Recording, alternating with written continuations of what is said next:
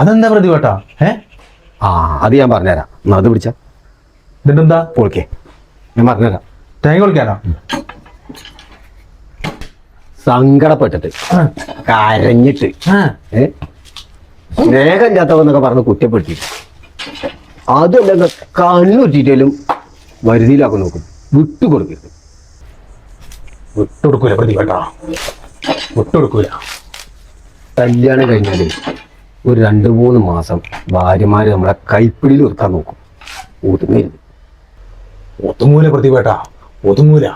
ജയ് തേങ്ങ ഒഴിച്ച് ക്ഷീണിച്ചോ? എന്നാ വാ ഇവിടെ ഇരിക്കേ, ഞാൻ പറഞ്ഞുതരാം. നിങ്ങളടുത്ത് കൊറേ കാര്യങ്ങളുണ്ടല്ലേ.